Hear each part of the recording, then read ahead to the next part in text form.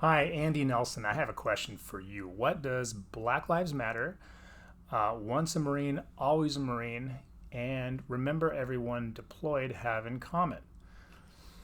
Okay, maybe some things, maybe nothing to a lot of you, but there is at least one thing all of these have in common.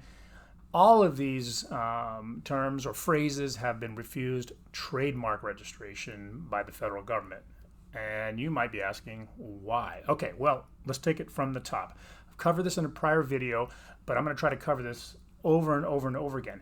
We think about what a trademark is. A trademark is a distinctive something. It's often words, might be slogans, maybe logos, jingles, all sorts of things, but distinctive things that function to distinguish a single, or identify rather, a single source of goods or services, and distinguish one source of goods and services, or services rather, from another source of goods or services. So that distinctive thing has to actually function as a trademark to be a trademark, and then if someone applies for federal registration to enjoy federal trademark registration, has to have that function, has to actually be a trademark. So here is the rub with a lot of what are referred to as informational, social, or political, or religious, or otherwise kind of common phrases.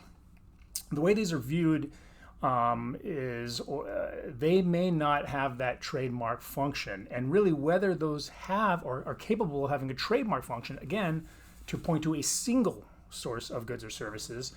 The question is really, how would the relevant public perceive that phrase, that message? Would the relevant public look to that message as coming from a single source of goods, or to a single source rather, or not, or really not? So think about these. So here's some other phrases or terms that have been applied for in the past and have been refused. Kafifi, right? That was the Trump tweet, several years ago that made zero sense whatsoever. A lot of folks tried to apply for registration. It was refused because the trademark office said, look, this would be perceived by the relevant public as a tweet from the president, not pointing to a single source of goods or services. Boston Strong, that was a phrase that came out after the bombing there. Again, the relevant public would not perceive that as pointing to a single source of goods, but a familiar expression. Once a Marine, always a Marine, perceived as a familiar Marine expression. Remember everyone deployed. That was an application for clothing.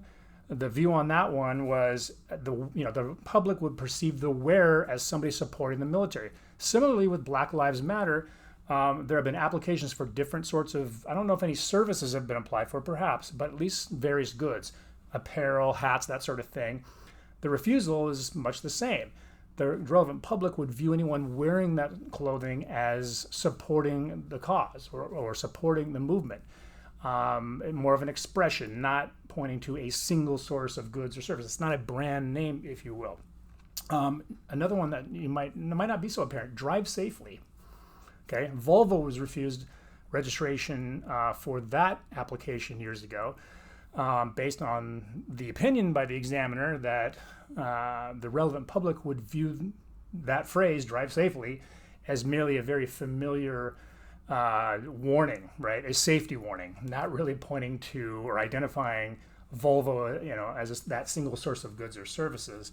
So when you're thinking about, this happens all the time. Any kind of phrase that comes up, or, think of it broadly, a informational, religious message, social message, political message, or something like that, something that doesn't quite fit in one of those other categories. Think about how the relevant public might or is likely to perceive that message. If you think that that's really not going to point to a single source of goods or services being you, it may not function as a trademark. It may not be worth pursuing. It may be a waste of money to try to put a fence around that as your own kind of brand identifier. Anyway, that's it. If you have questions about this video, feel free to shoot me a message. And I look forward to talking to you next time. Bye-bye.